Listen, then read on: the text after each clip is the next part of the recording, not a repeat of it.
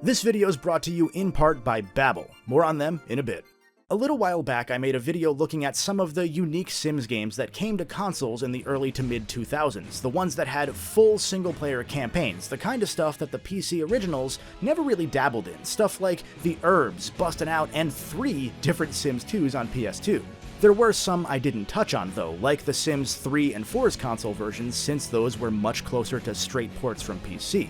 So color me surprised when some of you mentioned in the comments that the third game's Wii version was closer to a unique game too, featuring the direct player control from the earlier console games, and also, unrelated, being dog shit.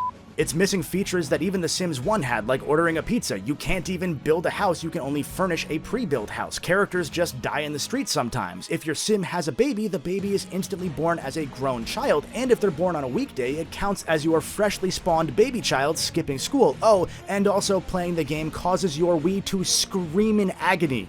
Color me more surprised when, while looking into the Wii game, I found out that the 3DS version might be even worse, missing features like the free roam world that The Sims 3 on regular DS had half a year earlier. However, that's not what we're here for today, because I don't hate myself that much. While twisting my ankle in all of these rabbit holes, I remembered the other Sims games on Wii.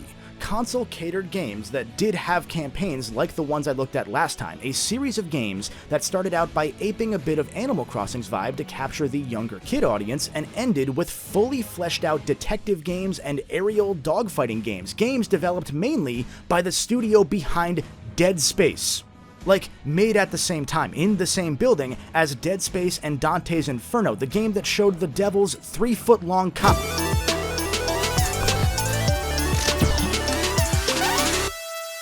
Alright, well that was kind of rude, you didn't have to cut me off. This is the surprisingly solid series of Sims spin-offs, MySims.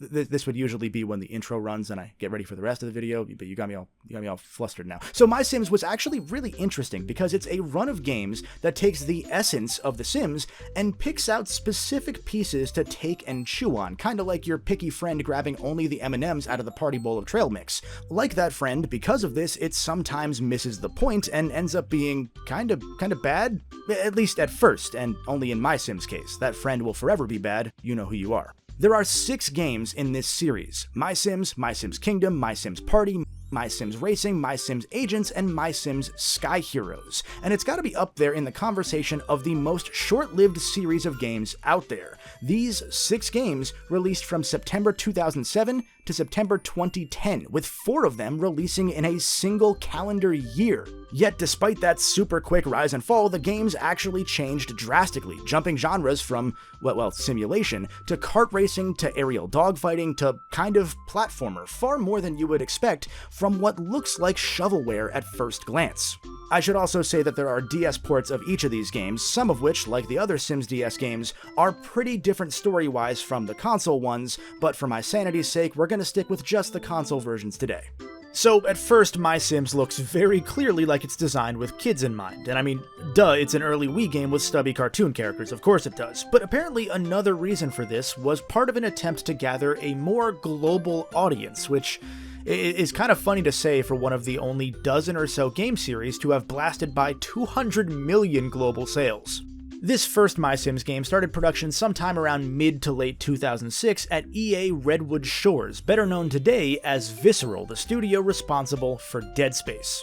Back at this point, though, they were still a locally named EA studio, pumping out last-gen ports as well as tie-in licensed games. Just for a sec, I want you to imagine what this place must have looked like from 2005 to 2007, just like 10 different teams in this open-concept warehouse of a studio, all at the same time working on games like The Godfather, PGA Tour, some Sims games like Pets and Castaway featured in my other Sims video, even regular Sims expansions on PC, the Simpsons movie tie-in game which featured the Sims creator Will Wright as one of the villains that the Simpsons fight for some reason, as well as one of the goriest games ever seen at the time, and this bubbly little Sims spin-off for children. According to a pre-release interview with one of the developers, The Sims never performed all that well in Japan, so this art style was also an attempt of trying to grab that market as well as the children's market. Surprisingly, they never integrated Miis into this game, despite Miis already sorta doing the same idea as these MySims, but better. I don't quite think this art style change worked to pull Japanese players in, going by what little sales data I can find, but that didn't stop MySims from becoming immediately successful elsewhere. It sold over 1 million copies within just its first year on the market, and supposedly carried another few million on top of that for the DS version. Within a few months of releasing the game, EA announced a MySims cartoon series to go along with the mainline Sims movie announced at the same time, neither of which went anywhere, but that's how quickly they saw dollar signs in this subseries. EA even pushed out a MySims PC port in 2008 to see if this series could carry over to the proper Sims audience. It did not.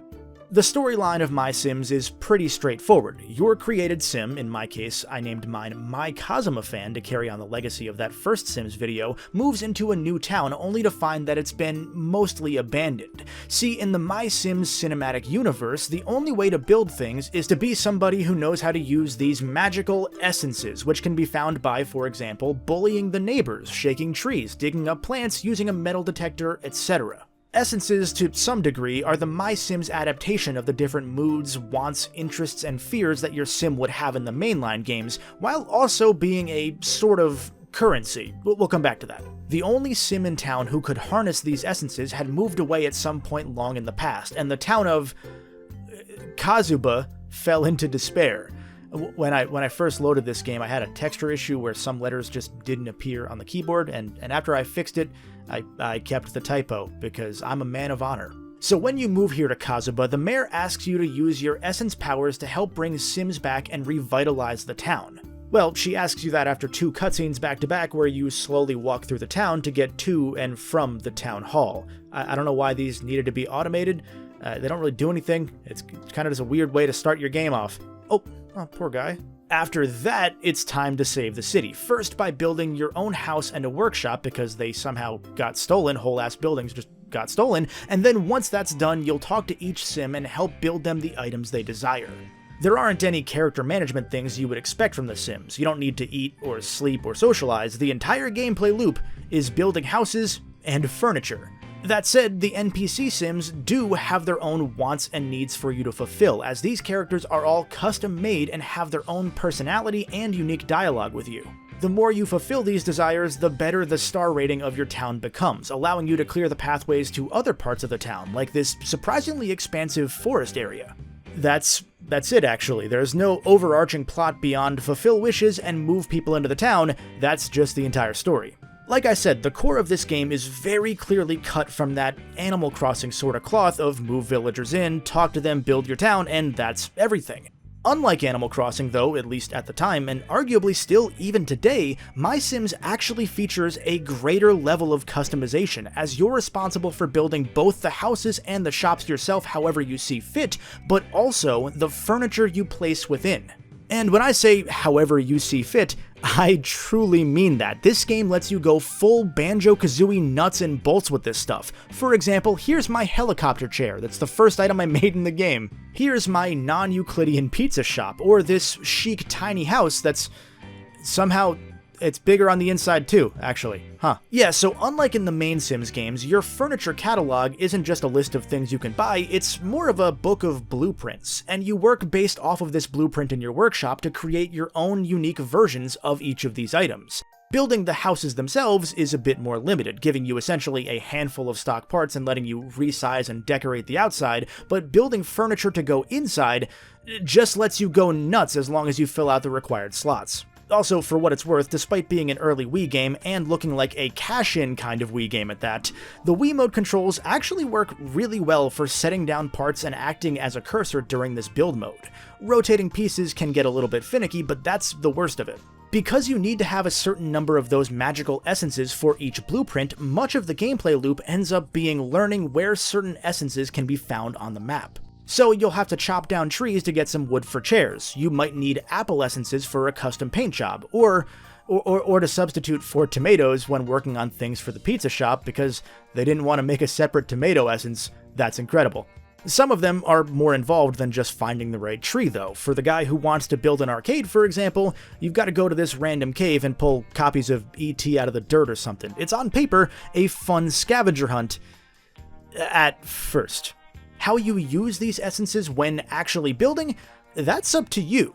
The pizza guy wanted a brick oven pizza, so I put the bricks on top of the oven. The mayor wanted an apple-colored podium for speeches. Instead, I gave her a podium built out of apples. It is easily the best part of this game because unlike the rest of the core gameplay loop, it's easy and it's fun to build stuff because you can get so stupid with it.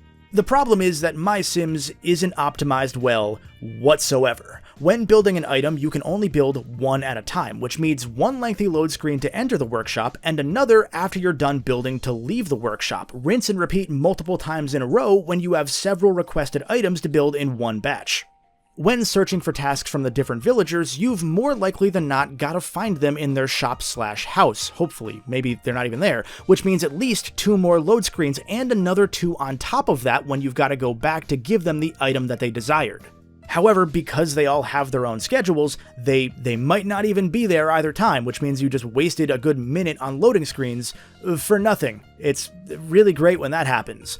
As you build out the town further and further, you've got to walk to those extra areas like that forest I mentioned earlier, and slowly walk through the Byzantine walkways there to get to the houses in question. Hell, once you get the ability to move villagers in from the hotel, you have to talk to one sim, ask them to move in after talking to them, then go to one of the preset plots of land in the city and decide that's where their house will be. But you can't stack multiple sims moving in at once, so you've got to go back and forth to and from the hotel for every single one, which means even more of the long load times.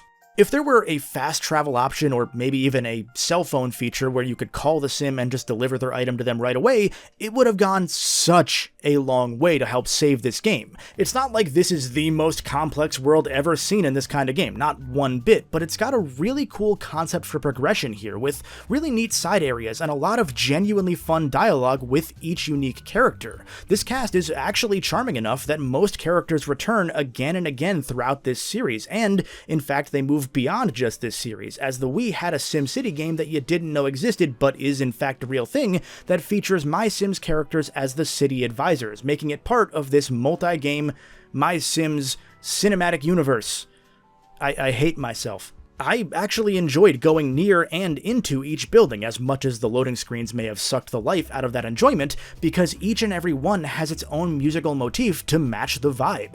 I really did like talking to the characters even if I had no reason to, because they usually at least had something funny to say, like the pizza chef frequently talking about being completely ruined should any hardship occur, or the A+ phrasing of, "I've always been a fan of the sci-fi shows." Or my favorite, Buddy the Bellhop, teleporting through walls. He frightens me. But because the entire gameplay loop is going up to a sim and seeing if they have something that they want you to make for them, and then doing that, and then giving them the item, and then doing that again and again and again and again and again, you just can't get far enough to appreciate all of the characters, because this game is entirely busy work and not in the usual fun Sims way. Even collecting the essences themselves kind of feels like a pain even from the jump. See, during the tutorial, the mayor asks you to grab a bunch of apple essences to help build her a podium, and in finding these essences, you have to leave the little park area where the apple trees are and come back because there aren't going to be enough apples there. As you get more requests and more complex requests, the essence quotas will keep growing, and between that and the loading, the game very quickly is just not fun at all to actually play.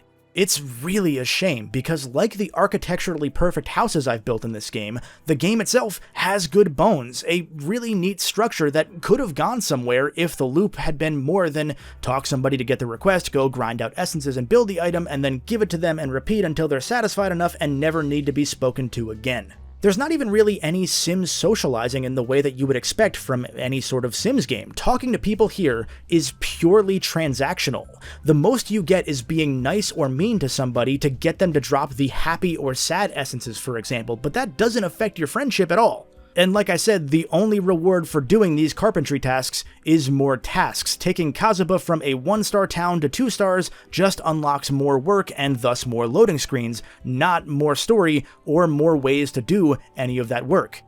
Thankfully, just like me building the perfect chair, a year later Visceral took most of the promise that this Sims gameplay had and refined it with MySims Kingdom. Released in October 2008 on the very same day that MySims 1 got its PC port, Kingdom added a more proper story to this same sort of get the world to 5 stars overview. It added new building mechanics such as mechanical gears and water piping systems. It added socializing back from the regular Sims games and turned it into a way to progress some quests and get more items. It cut back on the loading times and so much more. But let's take it from the top here. In MySims Kingdom, our hero King K. Rool, he's not actually the king, I just named him that, and yes, the K is short for Kazuma, is discovered to be the chosen one once again, except this time, like the name implies, we're in an ancient kingdom that spans several islands across the entire world. With his 2 friends Buddy and Lindsay at his side the entire adventure, K. Rool will travel to each island and solve a unique questline of more involved problems, whether it's finding a bandit and convincing him to turn himself in, or rescuing the wildlife on a nature preserve so that they can reopen the preserve for business, or going back to the king to give progress updates and have him offer you some cupcakes and muffins. He really likes his muffins. Easily the biggest issue that Kingdom has, in my opinion, is that it starts really slowly. It adds a much more involved and complete tutorial rather than essentially, hey, here's a text box, figure it out like the first game had, but as a result, it really takes its time to get going, and if you didn't know any better, you might stop before the game gets to the meat thinking that it's just more MySims, problems and all. In reality, though, the game feels almost like a bit of an adventure game, in part thanks to the traveling element, the constant changes of scenery, and the missions that cater to that particular island and its inhabitants, and thanks to the 2 sidekicks always hanging around to add flavor to the conversations and missions. Hell, they even have conversations during the boat ride between the islands in order to help mask the only loading screens that MySims Kingdom has, down from like 7,000 per playthrough in the first game to only a handful here. You can tell Visceral knew the Wii hardware so much better in just that short extra year of time, rather than slowing the game to a crawl and loading into a separate menu every single time you want to build anything. It's just a button press now. You can just pull out a magic wand at any time and move items, build inside or outside, recolor, you name it. Plus, they even added the one thing that every Wii game needs, which is woggle. You woggle the controller when mining for materials or chopping down trees, so you know it's a real Wii game now. We're talking business this time, folks. No, but mercifully, you can also just mash the A button instead of shaking the controller around. Unlike most Wii developers, Visceral thought ahead and realized that might be annoying to do. So thank you for that, studio that no longer exists. Thank you. Speaking of annoying, this is neither here nor there. I've always been annoyed at the fact that I can't speak Simlish. Like, one day, it'll happen. Somebody will make a course for it, like Klingon or whatever, and when that day comes, I hope that today's sponsor, Babbel, is the one teaching it. If you couldn't tell by a lot of the work and research I do here, I'm one of those weird ones that always likes learning and challenging myself. But it's easy to get caught up in the day-to-day of life and start slipping a bit, so when Babbel reached out, it reminded me of all the dust and cobwebs sitting in the corner of my head dedicated to learning Spanish all those years ago in high school. It is spring cleaning season after all, so what better time to refresh? Plus, they didn't have Simlish, so...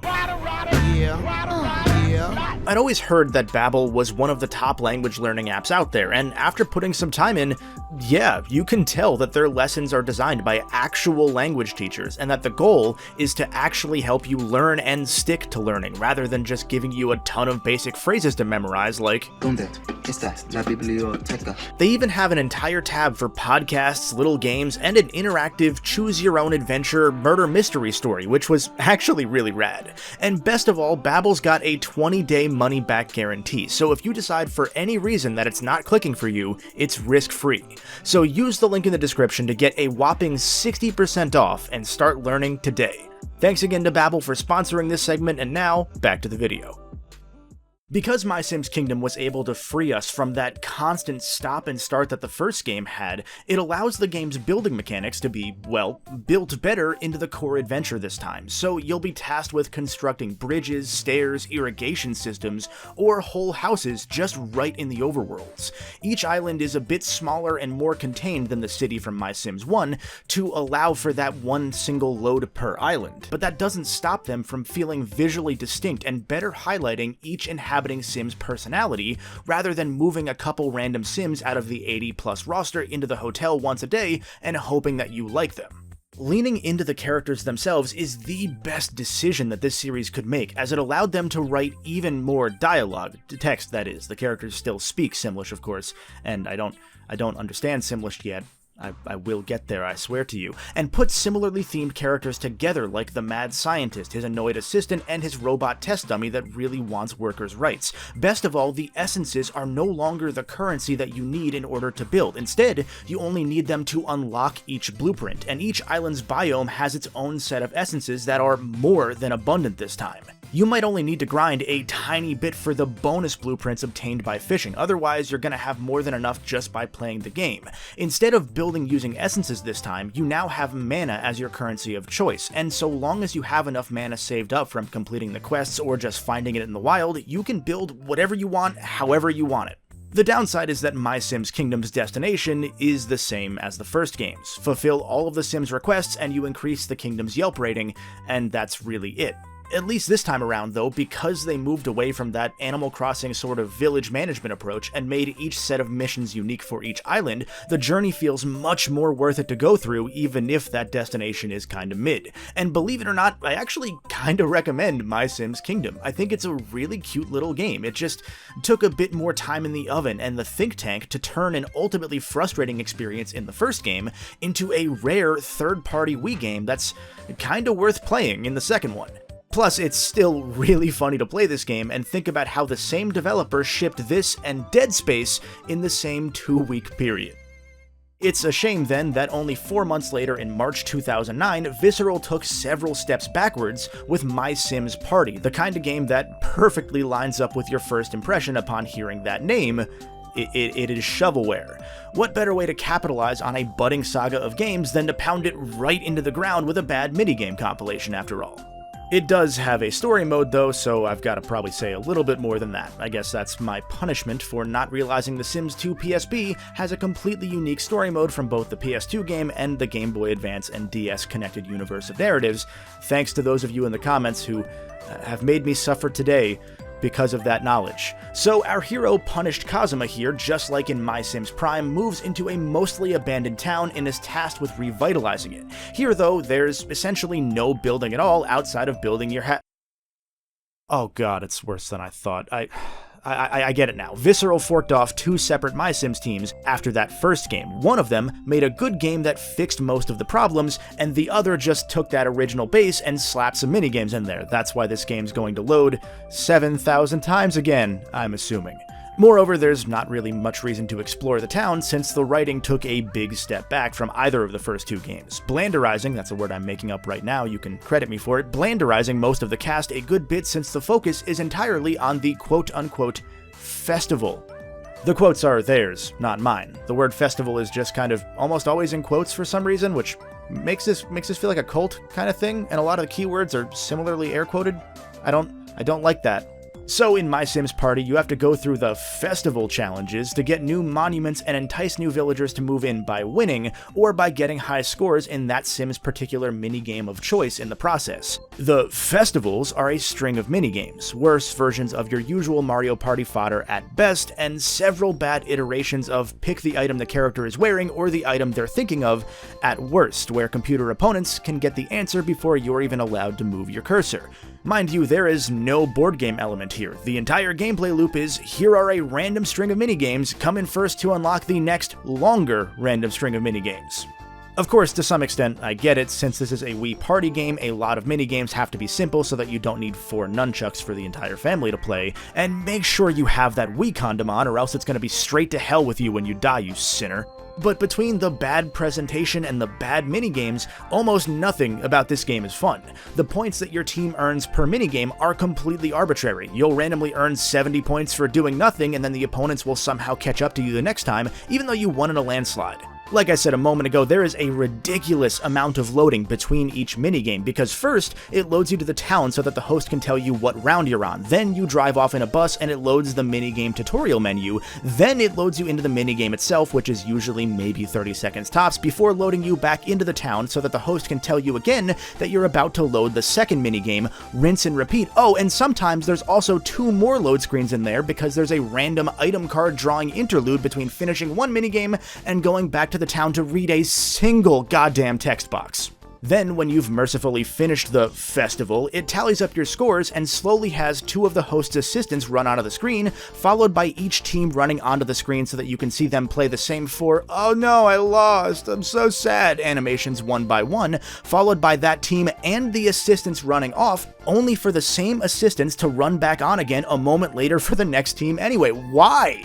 The only neat feature this game has to offer is that each sim has its own stat makeup, covering strength, speed, stamina, and luck, and each minigame has its own stats as well. So, as you put together teams for each festival, you would want to pick the fastest sim, for example, from your team for the challenges that might involve speed to give yourself a leg up over the competition.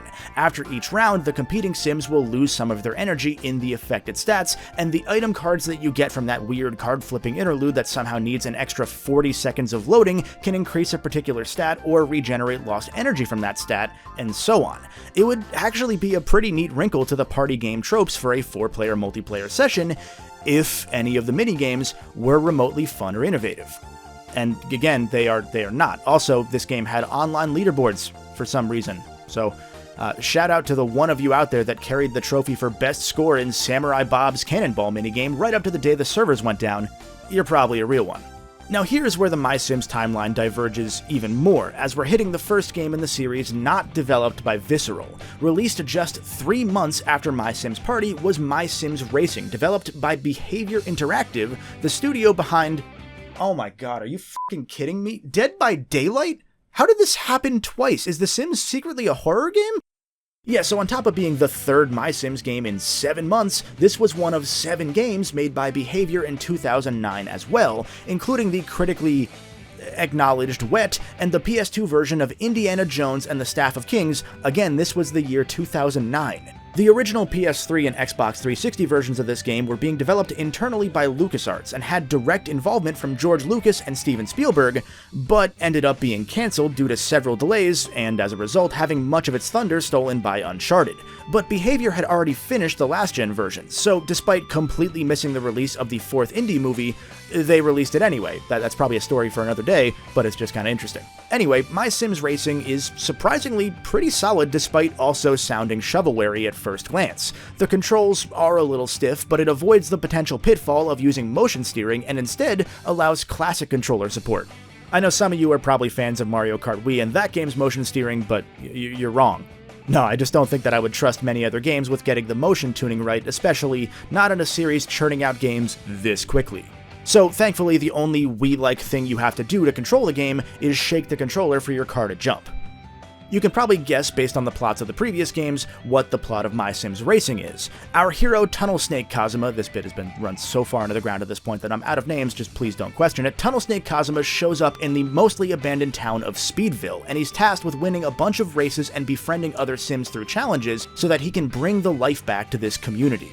This time around, though, there's an actual villain, who will be the villain for the rest of the MySims series, Morcubus, the owner of an evil company who wants to take the city over for his own evil something. It's not really ever explained, but he really wants control of Diet Radiator Springs here. Unlike the very sanitized writing of MySims Party, yet again this one goes back to that charming, character-focused writing approach that made a lot of the recurring cast the kind of crew that you would actually look forward to seeing. There are a bunch of different rivals that'll pop up on the map to challenge you to races, and sprinkled around the map are characters for you to befriend by doing more races and challenges on the same tracks. These friends each have 4 missions for you to do before they'll become your best friend, and increasing your friend level with them will get them to open up their own houses or shops just like in the other MySims games, again, except for Party, except these don't actually do anything. And it's not like there's a way to really drive by and see the effects of all your races, it just shows as a slightly bigger building on the map. See, what threw me off early on was that one of the character's dialogue hints, or maybe it was one of the loading screen hints, said something to the effect of, make sure you stretch your legs and walk around outside of your car for a while to meet the other Sims. But not only does this game not have a free roam walking element like the other MySims games, the only overworld of any sort is a top-down board game style of map that you would have expected to be in MySims Party. I would have expected that this game was going to go with a Diddy Kong Racing type of driving overworld, and instead it gave me this weird core memory of playing Dragon Ball Z Budokai 2's weird board game story mode thing that they made for some reason. But anyway, you'll go back and forth between the different biomes in this community, talking to the different villagers and befriending them by racing on the same 1 to 2 tracks per biome again and again and again and again and again until every positive that this game has to offer congeals into soggy cereal that you've left waiting for too long before eating it. The courses themselves are usually really nice actually. There are a ton of good shortcuts, there are some corners for drifting, the usual kart game items aren't super special but they'll work well enough with the maps, and there are even some fun arcade-styled time trials or challenges where you need to ride a certain driving line to collect enough items for one of your Sims friends. With different medals and upgrades as rewards for completing challenges, there's a ton to unlock, but the variety itself makes it really hard to want to go for all the gold medals. The later courses especially are some super unique ones that aren't just basic, here's 2 beach tracks for the beach area, here's 2 foresty ones for the forest area type of vibes. Once you get to the snow area, they get really fun and the shortcuts get really unique. There's a music track that has you driving over a piano and making it play each note as you drive over, beating Mario Kart 7 to the punch by 2.5 years. There's a really cool pinball one where you hit different switches to change the bumper placements and force your opponents to quickly course correct. It gets really great by the end.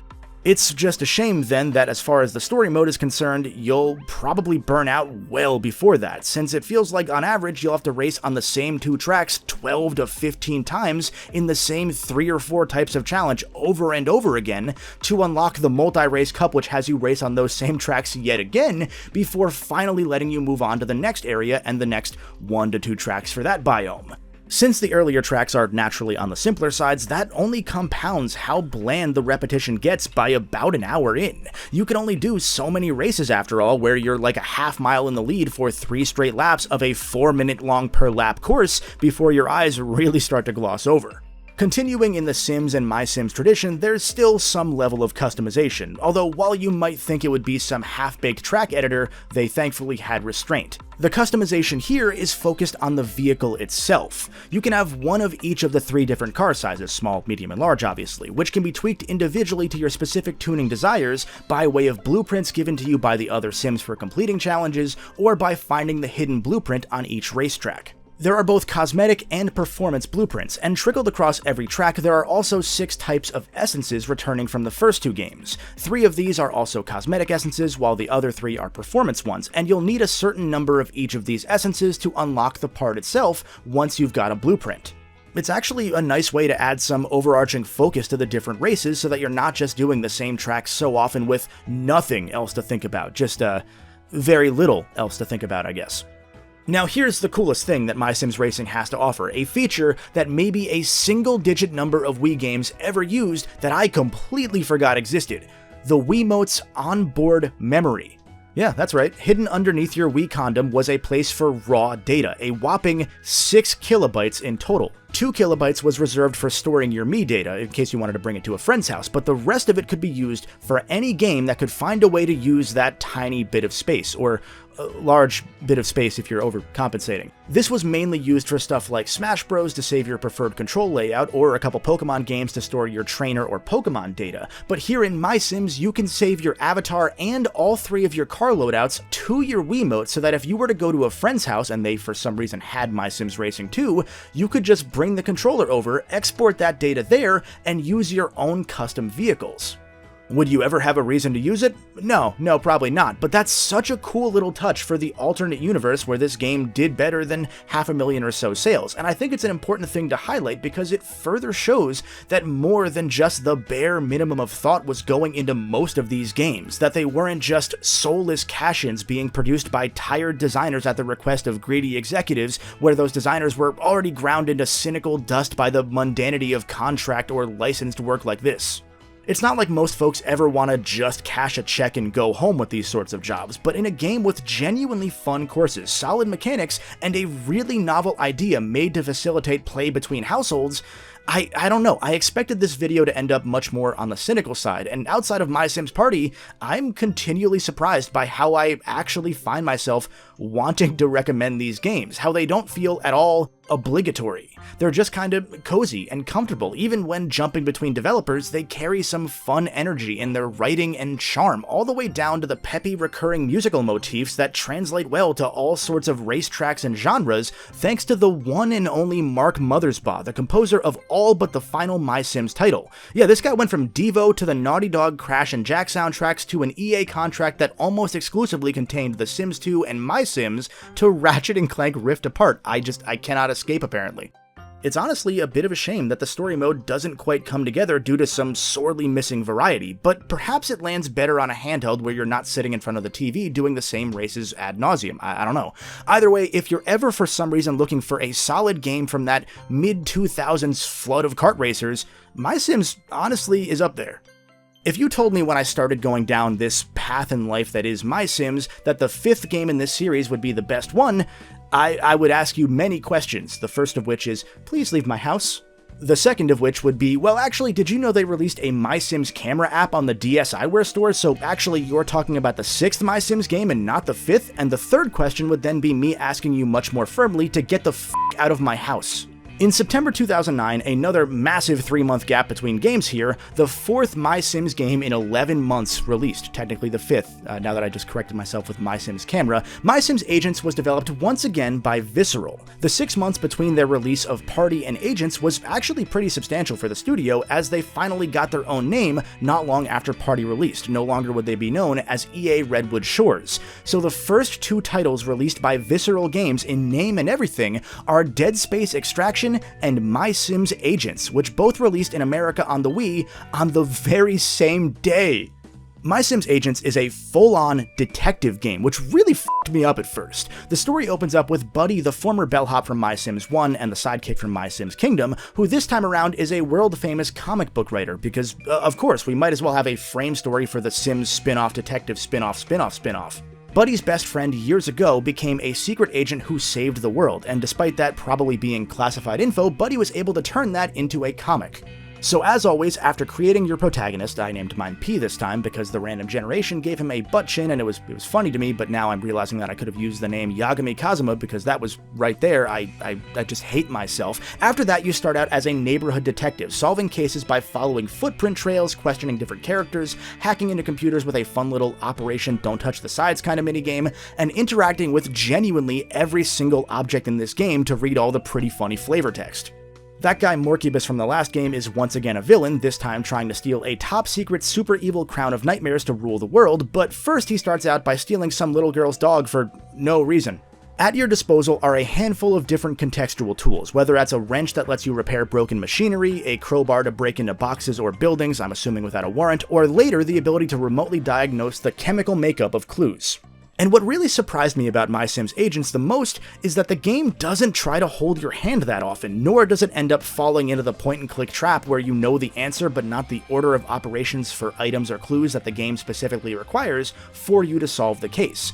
Obviously, the game's not going to have the Da Vinci Code levels of hoops here, it's usually going to be a pretty predictable or simple A to B, but so many similar games will outright tell you the answer again and again before you get to it, or they'll give you a really complicated, stupid way of having to get to it even though you know the answer. This one, though, it's a genuinely well-made love letter to classic point-and-click adventure games through and through, with a lot more room for the writing to shine than the earlier MySims games had, since it more or less drops the rest of the Sims building pretenses at this point in the name of telling a more interesting story with more interesting gameplay. Instead, you'll be doing some very, very light platforming, jumping across rooftops to find different clues, exploring the different chunks of this city looking for secrets or the next lead, and solving strings of seemingly unrelated mysteries that build to an interconnected webbed crescendo.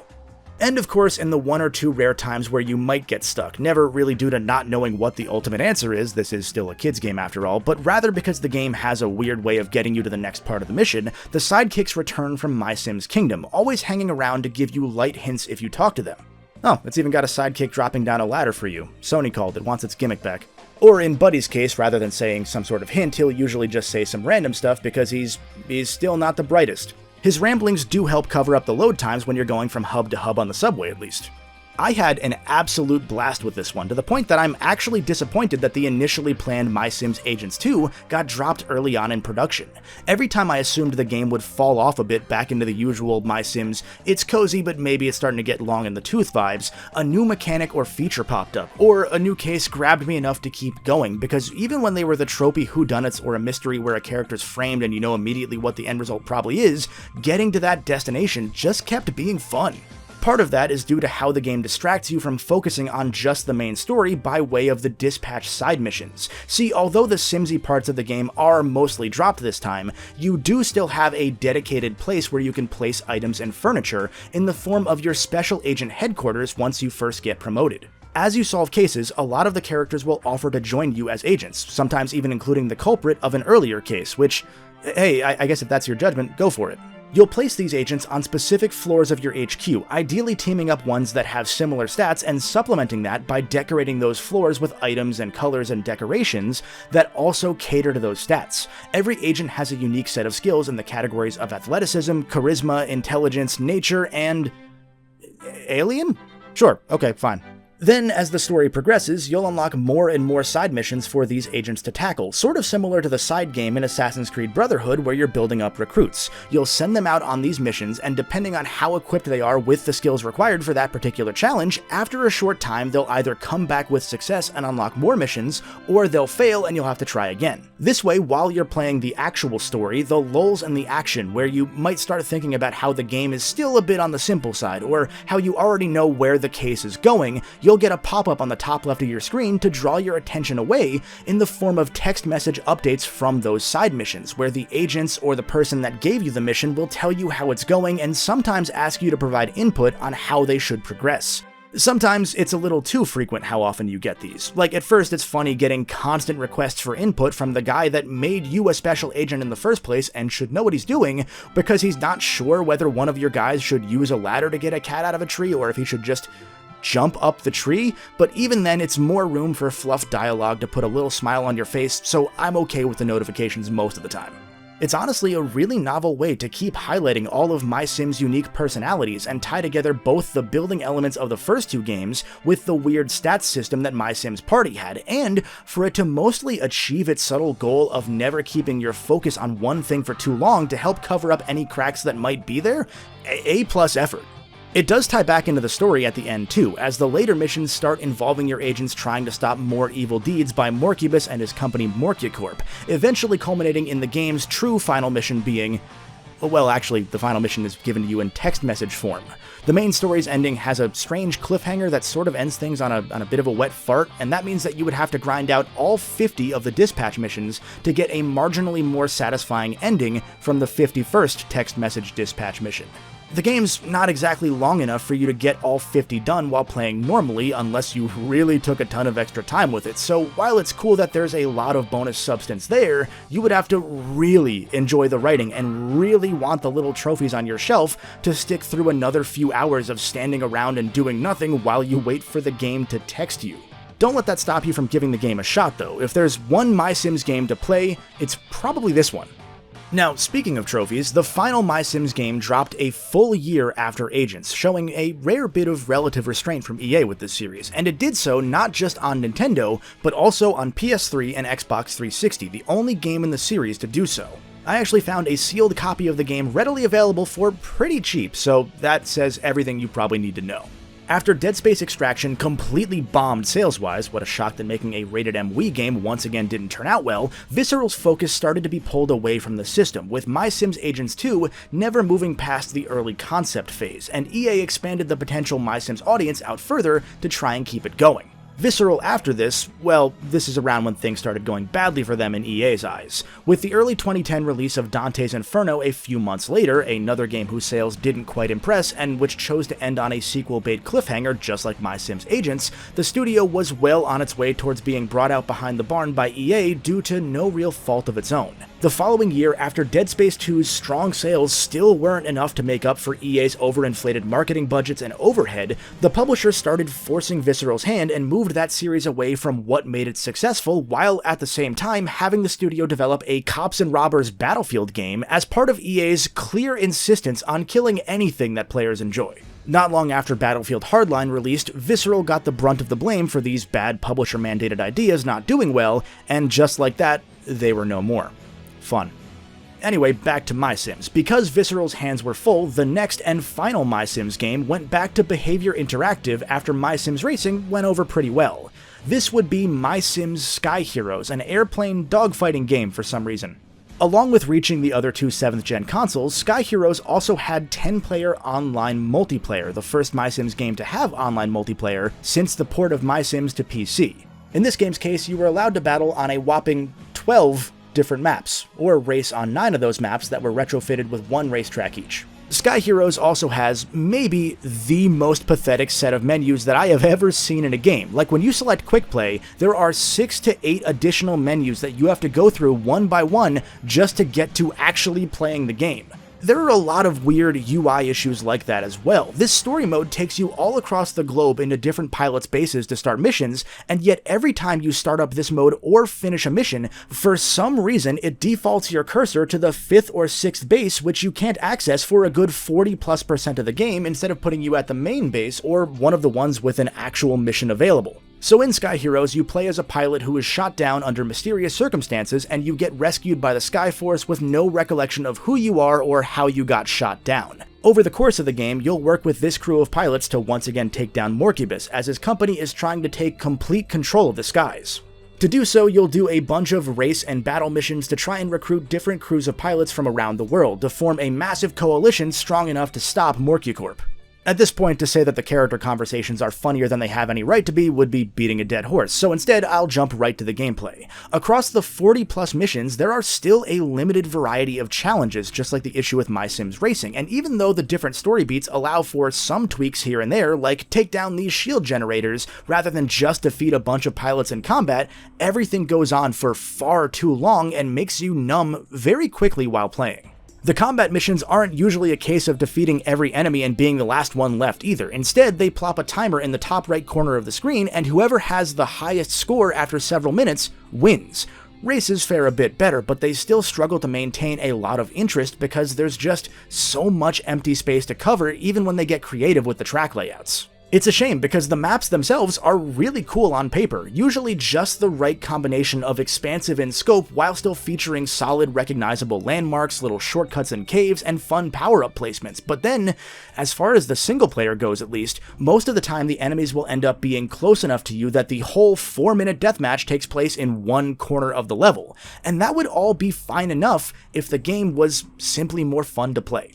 I like it on paper. You've got your usual plane-mounted machine guns that overheat if you fire for too long, and 2 missiles with which you can lock onto enemies that recharge automatically. There are barrel rolls and aerial maneuvers to get the jump if somebody's on your tail, and the power-ups range from shields to stronger temporarily unlimited ammo versions of machine guns, to mines, to a shotgun somehow, to orbital lasers that'll kill anything they hit. But going back to the UI issues, with how quick and jerky every plane's turning is, many of your battles early on end up being you holding the circle button to make a hard turn when an enemy flies past you, and then you both spin in circles for a while trying to get behind one another enough to start firing shots. And since the game tries to be fast-paced, it's frustrating that your guns overheat so quickly and that the only visual indicator is in the bottom left corner of the screen rather than built onto the aiming reticle itself. There is a little beeping audio cue as well to tell you when you're about to overheat, but by the time it beeps, you only have just a moment before overheating, and maybe it was just me, but my brain always heard that noise and jumped to thinking an enemy missile was locked onto me. That beep gives off much more of an urgent sort of energy, I don't know why. In general though, most of the relevant info that you would want to be somewhere closer to center screen where you have to focus in a fast-paced game like this is tucked away, far away in the corners, which is what makes the deathmatches feel so bland. There's no 60-second or 30-second warning when the match timer's running out. There's no real flair to any of it, so after several minutes of tensionless fighting and dying and fighting and winning and fighting and dying, it just kind of ends without warning if you're not peeking at the top right of your screen constantly and reading really small white text with no drop shadow or anything. The game does improve immensely once you're finally allowed to upgrade your plane from 1-star to 2-star parts, but the customizations are essentially all visual this time, just a bunch of swappable plane parts and color swaps and nothing more really. At least in MySims Racing, when you got a new part, it would upgrade one stat like acceleration, but possibly take away from your handling stat to counteract it. You could really customize to get the exact handling that you would want, and you would get these upgrades piecemeal by completing challenges. Here, the items you get from completing or gold-starring missions are almost always cosmetic. Once you do get the 2 or 3-star upgrades, they just upgrade the entire plane all at once rather than one of the 3 plane stats, which kinda defeats the point of the stats in the first place, and there's no reason to go back down once you hit Act 2 or 3 and get the 2nd or 3rd tier of upgrades. There are, instead, a handful of specific tune-up gadgets that you'll unlock as you go, which you can apply to increase the efficacy of certain power-up attacks, but it's not really the same. I wish it didn't take so long for you to get to Act 2 in this game. I mean, it doesn't take all that long in real time, it's only like 2 hours, but it feels so much longer because of how little takes place in the missions most of the time. But I wish you got to the 2nd-star planes early on, the ones that you get from getting to Act 2, because the sense of speed goes from way too slow to just about perfect. The turning somehow feels better too, despite that not being one of the 3 stats that it upgrades. Your weapons feel like they do a more reasonable amount of damage, and your plane's no longer made of paper. There's nothing that makes me think that SkyHeroes is an outright bad game or anything. At best, it's just kinda there. It's inoffensive, it's not awful to play, but it's not like some of the other games where there's actually something worth recommending either. The story is just a loop of meet a new crew, do a bunch of races, and then a bunch of fights, and then a bunch of races while they say no that they won't join you, and then they join you eventually anyway, salvaged at least a little bit by some occasionally funny one-liners, but those don't make up for all the wasted time. By Act 2, they start sprinkling in a few more creative missions here or there, but it's not exactly worth sticking around for. There's not much here with SkyHeroes, unless you want to shoot down Mass Effect's Commander Shepard, or Isaac Dead Space, or Dusty from Medal of Honor, I guess, or if you wanted to be one of the 5 or so people that can say you got the MySims SkyHeroes Platinum Trophy, then sure, go play it, I guess. I'm sure the multiplayer would have been much more fun online than the aggressively bland single-player offerings, if more than a handful of people ever tried the online, but obviously with 0 players online 13 years and multiple console generations later, I couldn't even tell if the servers even work at this point on PS3. And with SkyHeroes' release came further dwindling sales, and thus came the end of the short-lived MySims sub-series. A few months after this, EA released a MySims collection on Wii, which contained only the 1st and 3rd MySims games, great work, and Behavior after SkyHeroes actually had plans to bring a MySims game to the 3DS. This game was tentatively named MySims Friends, and it moved away from the kind of funny, darker angle that Agents and SkyHeroes had gone with, instead moving back into a hybrid Sims Animal Crossing type of town builder game. It never got very far before EA passed on the idea, so the legacy of MySims is at this point not far removed from the Sims console spin-offs like the Herbs that I mentioned in my first Sims video, in that they're only remembered as items and references snuck into the proper Sims games. In MySims' case, there are a couple in-universe MySims video games featured in one of the Sims 2's expansions, as well as The Sims 4, among other collectibles and characters inspired by these spin-offs ending up in 4 as well.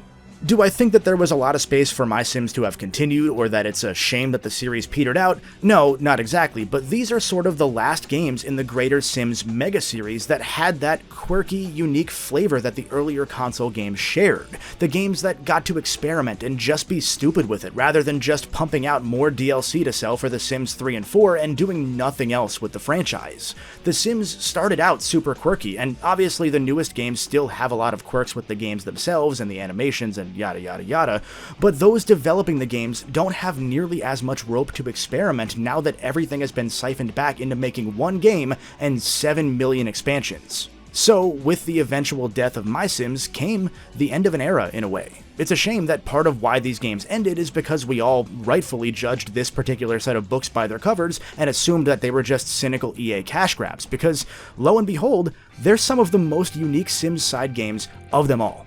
I certainly didn't expect this video to end up with me kind of recommending a few of these games, but I'm glad I did decide to dig down the MySims rabbit hole, because despite what you might assume, there's quite a bit to dig here. And since that's more or less the end of the unique console Sims games, there's not really much left for me to tackle, so unless you guys tell me in the comments that there are even more Sims games that I've somehow missed at this point, we can probably call this saga a two-parter so that I don't have to play any more of The Sims 3 on Wii.